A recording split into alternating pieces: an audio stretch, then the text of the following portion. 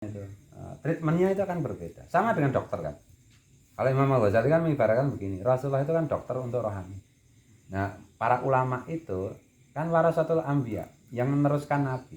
Ya itu harus bersikap seperti nabi, menjadi dokternya apa itu rohani orang. Nah, dokter itu ada 10 pasien, resepnya jangan sama dong. Itu namanya dokter ngawur kan itu. Nggak bisa sama dan nggak boleh sama.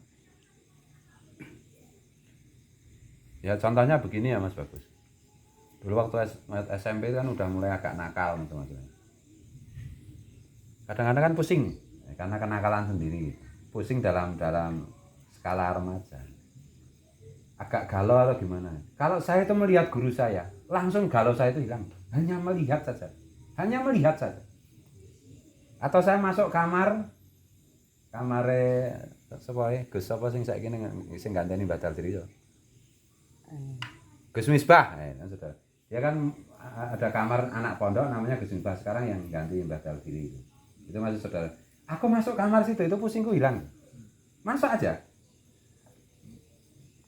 Ya itu kan memang toh. Energinya itu menghilangkan kegalauan saya. Semua orang itu kalau sedih, kalau susah, kalau gundah, bahkan alam yang gelap, kalau ada Rasulullah kan jadi terang. Ini tuh. Nah ulama itu kan penerus Rasulullah, meskipun levelnya kalau Rasulullah itu misalnya frekuensinya 1 triliun, ya ulama itu 1.000 karena udah lewat ini aja. Bandingkan dengan kejadian tahun berapa itu? Saya sudah di sini itu berarti sekitar 2010 atau 2011. Ada orang bunuh diri di Masjid Istiqlal. Kejadiannya itu pada waktu hari raya Idul Fitri. Setelah ikut sholat bunuh diri, kan masih ingat?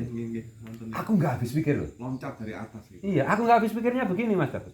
Ini baru saja ikut sholat berjamaah, sholat hari raya. Baru saja mendengar khotbah, kan berarti lihat ulamanya. Bukan hanya lihat, mendengar dan dipimpin ibadah. Kok bisa bunuh diri?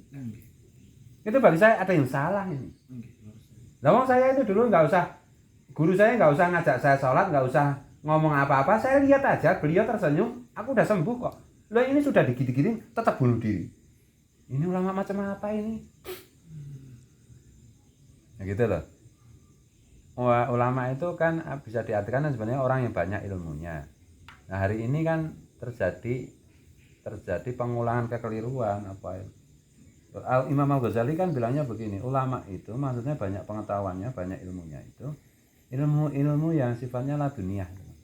Ilmu hati, bukan syaratnya sholat itu berapa, caranya wudhu yang bagus bagaimana, menurut Imam Syafi'i bagaimana, menurut Imam Hambali bagaimana, itu bukan itu verbalitas saja.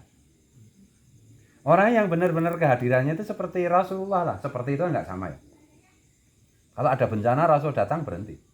Kalau ada orang harusnya dihukum sama Allah, ada Rasulullah enggak jadi. Kalau ada orang duka cita melihat Rasulullah langsung, nah gitu loh. Kalau satu rumah malam hari gelap Rasulullah datang jadi terang, kan sampai segitunya. Bukan pengetahuan, enggak, pengetahuan kan hanya bagian dari verbalitas saja. Dan enggak penting. Imam Al-Ghazali kan meninggalkan itu semua. Imam Al-Ghazali kan menyatakan kalau ulama itu bukan wali, saya nggak tahu lagi siapa yang wali. Maksudnya ulama di situ itu ulama yang dalam pengertian ilmu batin itu loh. Tapi bukan kebatinan loh, lain lagi loh. Bukan ilmu zahir. Nah hari ini kan yang kita pompa itu kan satu, kalau nggak radikalisme ya ilmu verbalitas itu. Urungiyah, masalah fikih yang bikin berantem kan itu. Lalu fikih itu boleh dipakai boleh enggak kok. Fikih itu kan sebenarnya kan kecerdasan. Mayuridillahu bi khairan yufaqihu fiddin, kata Rasulullah. Siapa yang oleh Allah dikehendaki menjadi baik, dia difaqihkan dalam agama. Faqih di sini yang dimaksud Rasulullah itu dicerdaskan dalam memahami agama. Karena agama itu bisa menjadi obat, bisa menjadi racun. Agama itu di tangan orang yang hatinya kotor, ia menjadi ISIS. Agama yang di tangan orang yang hatinya bersih, ya jadi para wali yang memancarkan cinta kasih itu. Yang bukan hanya kehadirannya itu menenteramkan umat Islam, tapi menenteramkan orang non-Islam. Yang bukan hanya diakui gurunya orang Islam, tapi juga gurunya orang non-Islam. Kayak Gus Dur misalnya. Kan semua orang beragama, kayak guru sekumpul. Halnya guru sekumpul itu orang non Islam, iya Chinese punya toko roti, punya apa semua diberikan gratis. Pom bensin digratiskan, itu loh. Karena merasa guru sekumpul itu gurunya, meskipun dia Chinese dan non Muslim. Nah yang kayak gitu loh sekarang. Ya Allah.